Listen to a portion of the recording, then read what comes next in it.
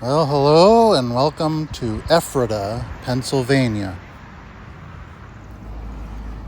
All right, so Ephrata happens to be the site of a fascinating chapter in history, one that involved treason and forgiveness. It's actually an inspiring story. The story begins with a minister by the name of Peter Miller. He was the pastor of the German Reformed Church in Goshenhappen in Germantown. He resigned that pulpit and he was replaced by another minister by the name of Michael Widman. Now, when Peter Miller resigned that pulpit, he joined a community led by a guy by the name of Conrad Beisel. He established what they call here in Ephrata the Ephrata Cloister. We'll talk more about that a little bit later, but Michael Widman, the new minister of that church that Miller had been the pastor of, considered Miller just an incredible heretic, I guess you could say, and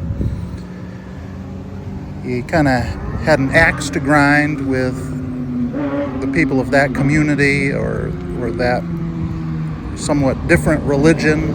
In his viewpoint,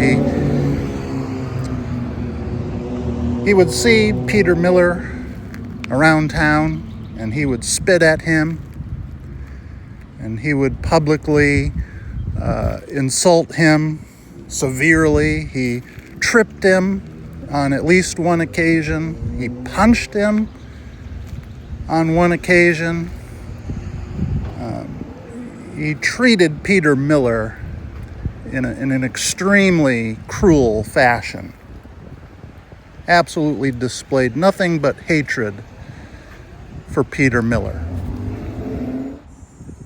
Now, eventually, Michael Widman also resigned that pulpit of the Reformed Church, and he actually bought a tavern and began to run that tavern. And this is all happening about the time of the beginning of the Revolutionary War.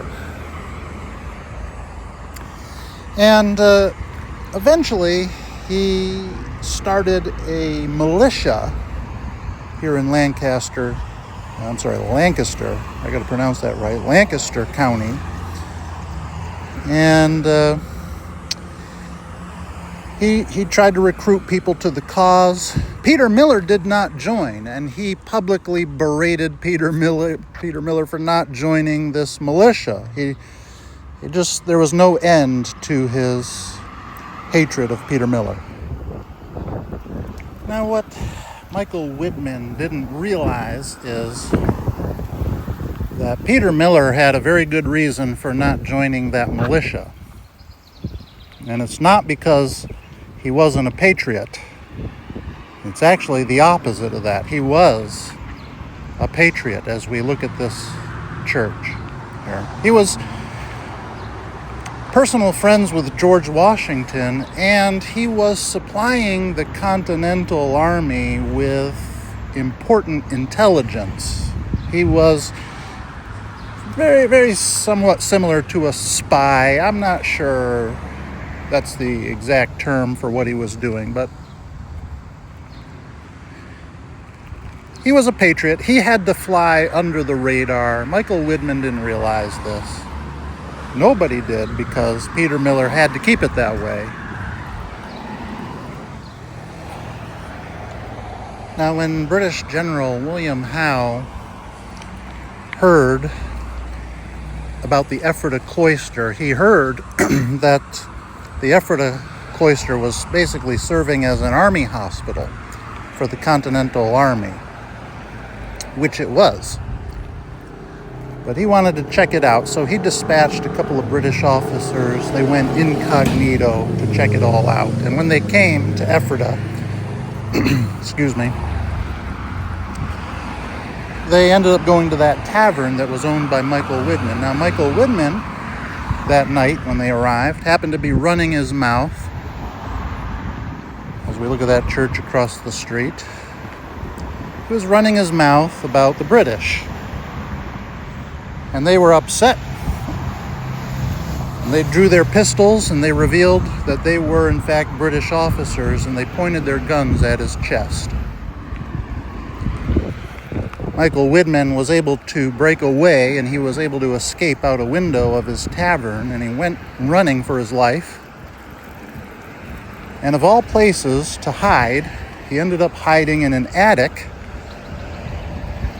in one of the houses at the Ephrata cloister, a place that he had very vocally denounced at the top of his lungs many, many times. So it would have been a surprise to find him there. That's where he hid for 3 days. But he couldn't eat, he couldn't sleep.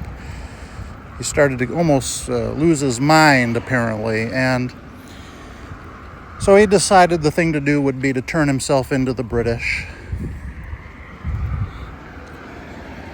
And he did. And he offered to give to William Howe any information he wanted about the Continental Army and any information that could be helpful to the British. William Howe was so disgusted by that, he threw him out. He said, "We can't trust a person like this." He was so repulsed by Michael Widman. Michael Widman returned home. Now his wife, he had actually told his wife what was going on. His wife was also disgusted by what her husband had done.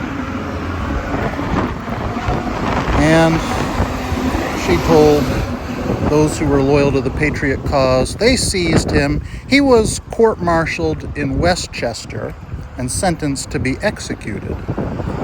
The only person to speak on his behalf, you guessed it, amazingly, was Peter Miller, who walked from Ephrata, the town we're in right now, to Philadelphia, 70 miles overnight, basically, or immediately. Got an audience with his friend, George Washington, and pleaded for Michael Widman's life.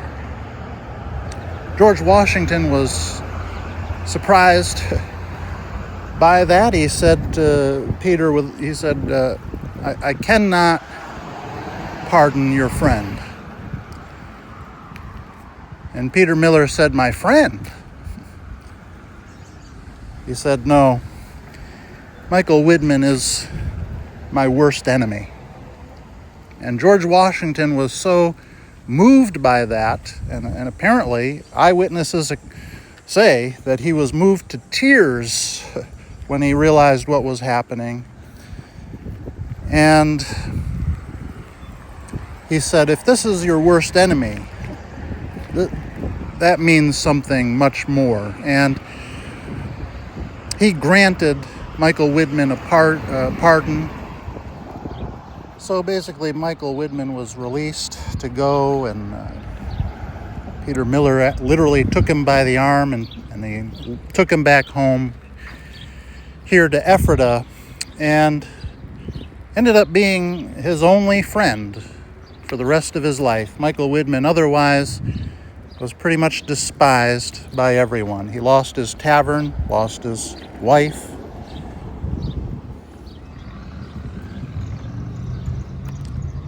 He was basically an utter outcast. And there are records here in town of his land being sold. He lost everything. Michael Widman did. He paid a high price. He was a traitor. But he did have one friend in this world. The man that he had despised. All right, we are over at the Ephrata cloister. This is what remains of the village. It's a place visitors are welcome to visit throughout the week. We got here just after closing today. Actually, we're here in town to have dinner with a very good friend of mine and his wife and their kids. He was my best friend growing up back home.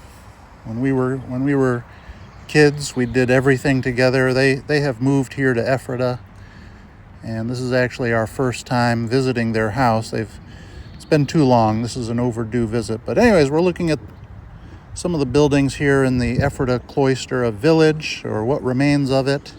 Started in 1732 by Conrad Beisel.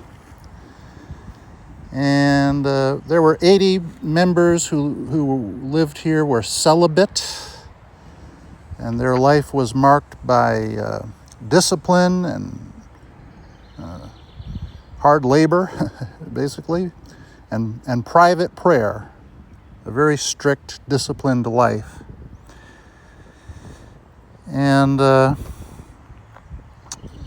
when Beisel died in 1768, the membership declined pretty quickly after that. Peter Miller became the next leader of this community. And anyways, they became eventually the German Seventh-day Baptist Church here, is how they were incorporated. There were others who lived here who were not celibate. I think they were called householders. About 200, between 200 and 250 of those, they had families. And people continued to live and worship in the cloister buildings until the close of the church in 1934.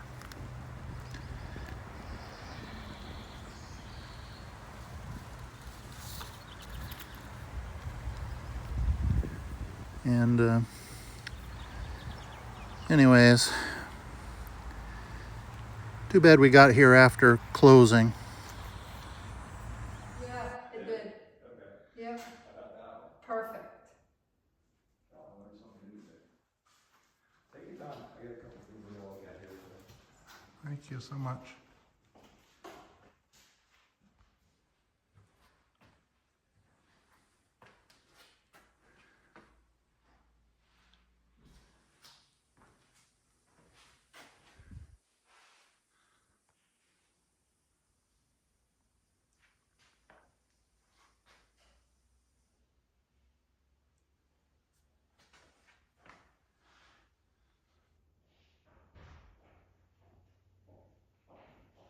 They're a bit old.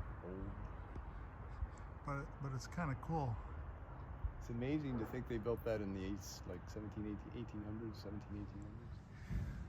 1800s.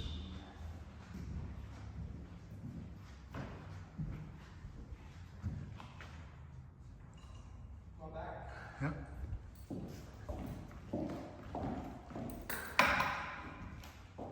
There's lots of bedrooms over there. This is like a maze. Like you can walk upstairs and get lost. Yeah. Oh, we appreciate